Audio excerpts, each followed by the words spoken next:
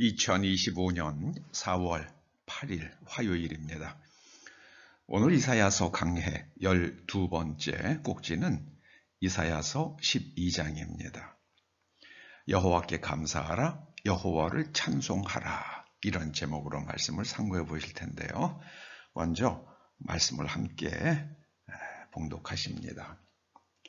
그날에 네가 말하기를 여호와여 주께서 전에는 내게 노하셨사오나 이제는 주의 진노가 돌아섰고 또 주께서 나를 안위하시오니 내가 주께 감사하겠나이다 할 것이니라.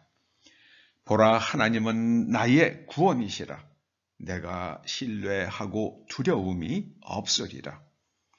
주 여호와는 나의 힘이시며 나의 노래시며 나의 구원이심이라. 그러므로 너희가 기쁨으로 구원의 우물들에서 물을 기르리로다. 그날에 너희가 또 말하기를 여호와께 감사하라. 그의 이름을 부르며 그의 행하심을 만국 중에 선포하며 그의 이름이 높다 하라. 여호와를 찬송할 것은 극히 아름다운 일을 하셨음이라. 이를 온 땅에 알게 할지어다. 시온의 주민아 소리 높여 부르라. 이스라엘의 거룩하시니가 너희 중에서 크심이니라 할 것이니라. 아멘. 오늘 제목을 여호와께 감사하라, 여호와를 찬송하라, 이렇게 정해보았습니다. 그 감사라는 말을 히브리 말로는 야다라고 그럽니다. 감사하다를 야다. 이거는요, 던진다는 뜻이에요. 기본적인 의미가 던진다. 근데 참 놀라운 것은요, 이 한자 중에 살해할 사자, 감사를 한자로 쓰면 사자가 살해할 사자가 쓰잖아요. 근데 살해할 사자를 쓰잖아요. 이 살해할 사자가 말씀 언변에 쏠사자입니다. 궁술사. 이 궁술사자라는 것은 쏜다는 뜻이잖아요. 그러니까 말을 쏘는 겁니다. 그러니까 이 히브리 말에 하나님께 감사하다 할 때 이 감사가 던진다, 말을 던지는 거죠. 근데 그게 한자에도 그대로 들어가 있어요. 이게 참 정말 재밌고 놀랍습니다. 여러분, 하나님께 감사드릴 때는 구체적으로 표현해야 합니다. 소리를 내서 구체적으로 표현해야 합니다. 말을 쏘는 거예요.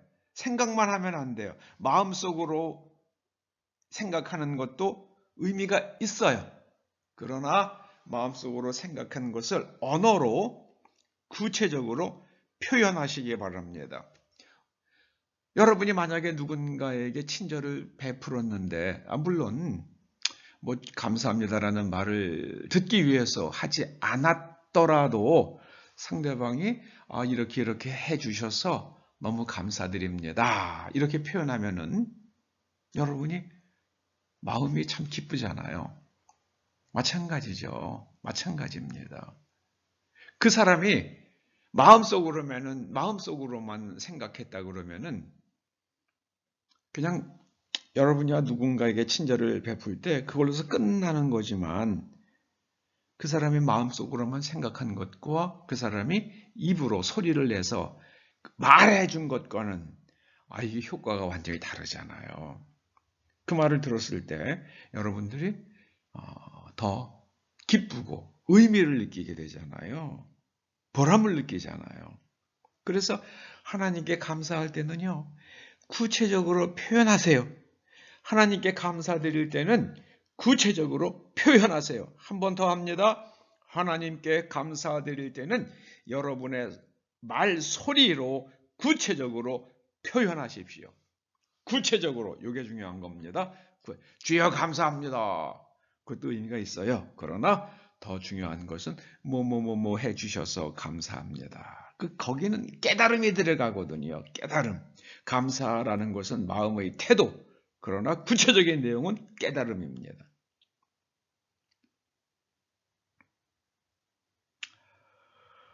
이 절에서 보면은요, 시인은 하나님은 나의 노래시며 힘이시며 노래시며 나의 구원이심이라. 여기서 이 구원이란 단어를 제가 성경에서 다 찾아봤어요.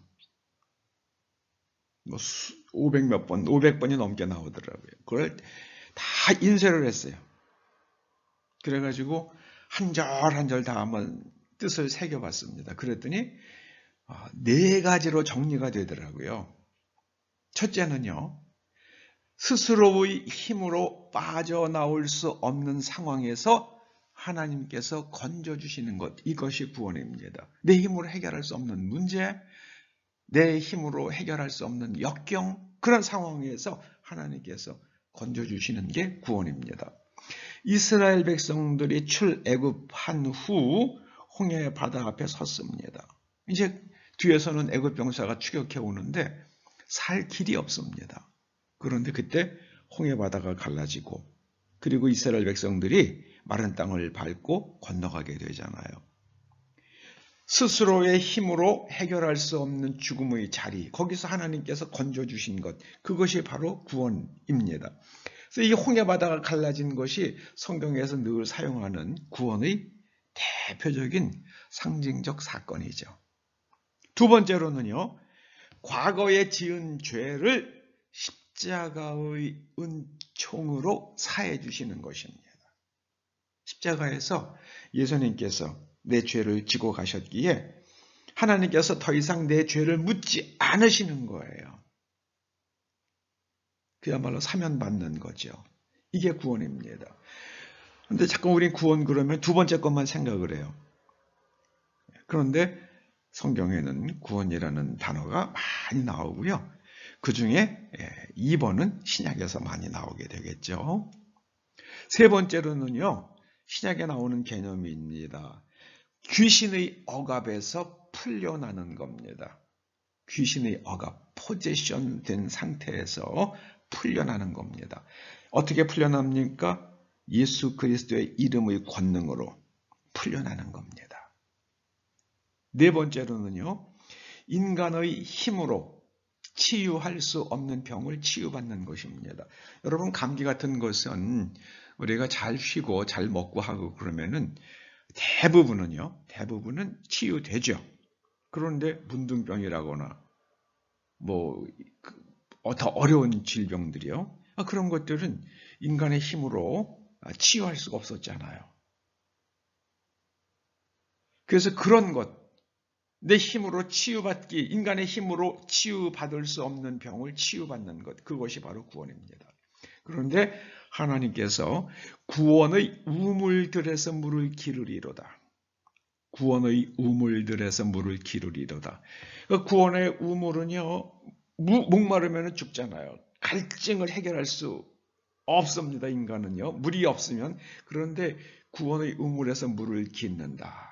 그 말씀은요, 내가 지금 내 힘으로 빠져나올 수 없는 상황에서 있습니다. 그런데 하나님께서, 예수 그리스도께서 우리에게 말씀하시기를요, 예수님을 믿는 사람들은 배에서 생수의 강이 흘러나리라 말씀하셨어요. 우리는 이제 목마름이 없어요. 거기서 구원의 우물들을 마시면 됩니다. 할렐루야, 할렐루야. 그 예수 그리스도의 구원의 은총은 너무나 말할 수 없는 신비요, 감사의 제목이요, 영원한 찬양의 이유입니다.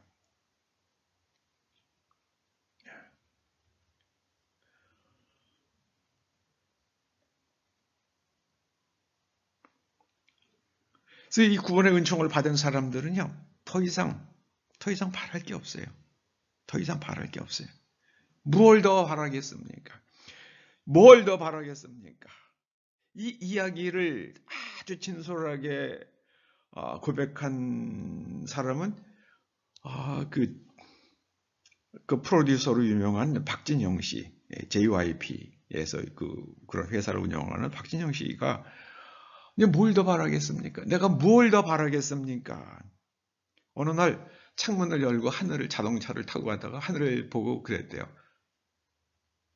왜 하나님 나한테 그렇게 잘해주세요? 나한테 왜 그렇게 잘해주세요? 그렇게 질문했다 그러더라고요.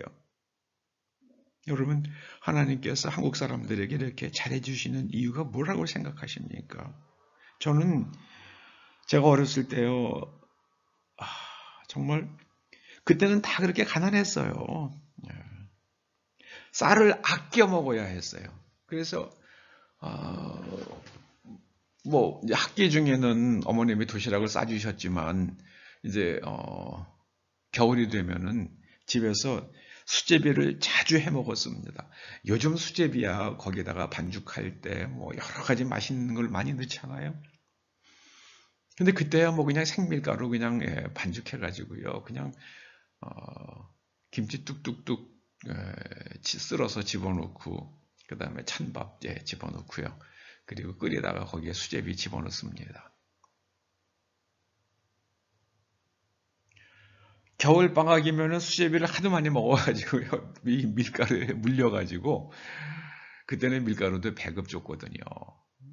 미국에서 보내온 밀가루요. 그 배급받은 밀가루 겨울 내내 이제 수제비 끓여 먹는 거예요. 그래서 중학교 때부터는요, 국수를 안 먹었어요. 고등학교 때도 국수 안 먹었습니다. 그러다 대학 들어가가지고 친구들과 함께 중국집에 가서 짜장면을 먹게 됐는데요. 그때부터 이제 국수를 먹게 된 거예요. 밀가루 음식을 그때부터 먹었어요. 그랬는데 요즘에 우리나라 얼마나 잘 삽니까? 얼마나 잘 살아요. 뭘 더 바라겠습니까? 뭘 더 바라겠습니까? 하나님께서 우리 한국인들에게 이렇게 큰 복을 주시고 공산화를 막아주신 이유가 무엇일까요?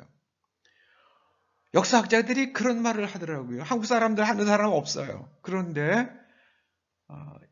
서양의 역사학자들 가운데는 20세기에 일어난 역사적 기적들 중에서 세 가지 기적을 꼽으라고 그러면은요. 한국이 공산화되지 않은 것, 그게 기적이라고 그러더라고요. 한국이 공산화되지 않은 것이 기적이라고 그러더라고요. 하나님께서 막아주셨죠. 월남은 미군이 그렇게 많은 희생을 하고 돈을 쏟아부었지만 못 막아줬잖아요. 근데 한국은 막아주셨습니다. 그 이유가 무엇일까요? 저는 만국 중에서 하나님의 이름을 선포하라 하심이 아닐까. 그래서 우리가 많은 선교사를 파송했잖아요. 하나님께서 이 땅을 지켜주실 줄로 믿습니다. 우리가 하나님을 찬송하라 그렇게 말씀합니다. 하나님을 찬송할 이유가 무엇입니까? 극히 아름다운 일을 하셨습니다. 아름다운 일.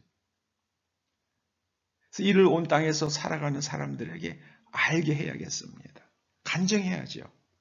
간증. 네. 그래서 감사와 찬송, 이게 바로 이사야서 12장의 중심 주제입니다. 그런데 감사와 찬송이라는 말을 들으면 저는 늘 주한 장로교회를 그렇게 크게 부흥시키셨던 나게멜 목사님의 간증이 생각나더라고요. 그분은 기도할 때마다 이 5가지를 잊지 않고 기도했대요. 찬감자 중간, 찬감자 중간. 그렇게 얘기하더라고요. 찬감자 중간. 찬양과 감사와 자복, 그리고 중보, 간구. 간구는 내가 필요한 것을 하나님께 아뢰는 겁니다. 중보는 다른 나라에서 비극을 당하는 사람들, 인터세션이죠. 다른 사람을 위해서 기도하는 겁니다. 그 다음에 자복은 내 잘못을 하나님께 아뢰는 것이죠. 그리고 감사, 찬양. 그런데 찬양과 감사가 기도하는 그 시간의 80%가 되게 하라. 근데 여러분 의외로요, 찬양과 감사할 것을 갖다 여러분들이 이렇게 한번 적어보세요. 이게 1분을 넘기 어려워요. 처음에 하면은요. 찬감자 중간 잊지 마십시오. 저는 대통령이 파면당했습니다. 전 그게 참 불합리한 것 같아요. 왜 그렇게 하는지 모르겠어요. 왜 헌법을 그렇게 만들었는지 모르겠어요. 이게 1987년에 만든 거예요. 옛날에는 없었어요. 옛날에는 대통령이 국회 해산권이 있었어요. 그거 다 없애버렸죠. 그 없애버린 사람들이 바로 김영삼 씨와 김대중 씨죠. 그 두 사람이 이걸 없앴어요. 그 신군부와 함께. 그 신군부는 그때 하도 국민들이 들고 일어나니까 이거 뭐 어떻게 할 수가 없었잖아요. 그러니까는 그렇게 타협을 한 겁니다. 그리고 김영삼 씨와 김대중 씨는 신군부에서 대통령이 된다 하더라도 또 신군부 세력에서 대통령이 된다 하더라도 자기네들이 국회를 장악하면 대통령 쫓아내는 방법을 만들어낸 겁니다. 그런데 그거를 지금 더불어민주당에서 두 번이나 써먹은 거예요. 국민이 뽑은 대통령을 국회의원과 8명의 판사가 파면한다는 게 좀 그게 불합리한 것 같아요. 국민에게 물어봐야죠. 하려고 그러면 국민에게 물어봐야죠. 국민의 지지율이 50%가 넘는 대통령을 8명의 판사가 파면한다. 그것도요, 대통령의 그 자리에 있는 것보다 파면하는 게 이익이 더 크기 때문에 그런 취지로 결론은 그거 아닙니까? 파면하는 게 훨씬 더 이익이 크기 때문에 파면한다는 거 아닙니까? 박근혜 대통령 때는요, 전 그 판결문 보고 전 뒷목 잡았어요. 대통령을 더 이상 수행하기 어려워서. 여러분, 파면할 때는 구체적인 사유가 있어야 되는 거잖아요.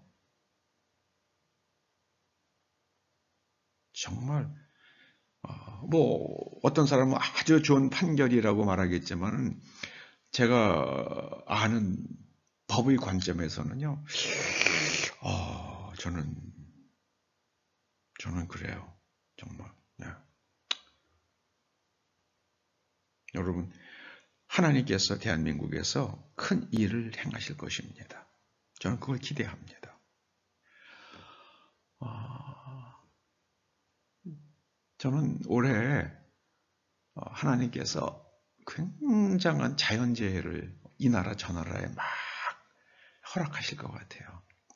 일본에서도 지진 나고 중국에서는요, 댐들이 막 무너지고 어마어마한 홍수가 있을 겁니다. 저는 그런 생각이 들어요. 그리고 남북한이 통일되려면은요, 백두산이 터질 거예요. 그래서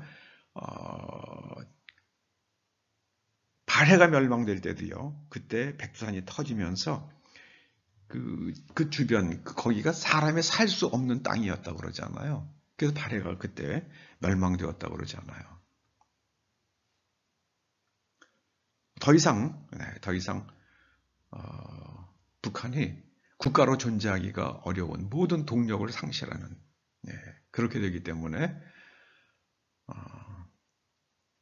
이제 남과 북이 하나가 되는, 처음에는 체제는 다를 수 있겠죠.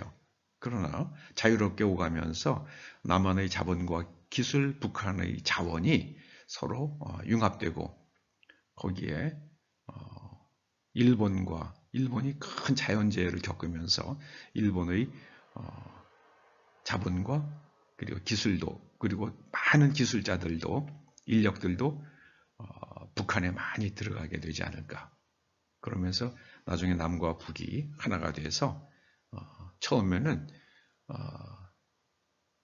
1체제 2국가였다가 1체제 1국가로 전환되는 일이 제가 죽기 전에 일어났으면 좋겠어요. 그걸 보고 죽었으면 좋겠어요.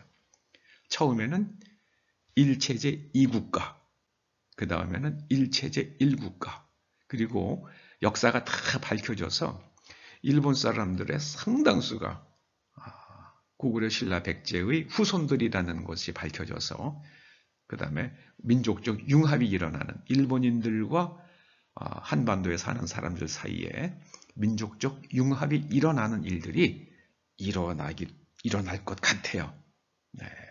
이건 뭐 저의 그냥 막연한 촉입니다. 그래서 우리가 하나님을 크게 하나님께 감사하고 찬양할 일들이 있을 것입니다. 기도하시죠. 아버지 하나님, 하나님께서 행하실 놀라운 일들을 생각하며 하나님께 감사하고 하나님을 찬양하는 일들이 온 세상을 향해서 하나님을 찬양하는 일들이 일어나게 하여 주시옵소서. 예수님의 이름으로 기도드립니다. 아멘.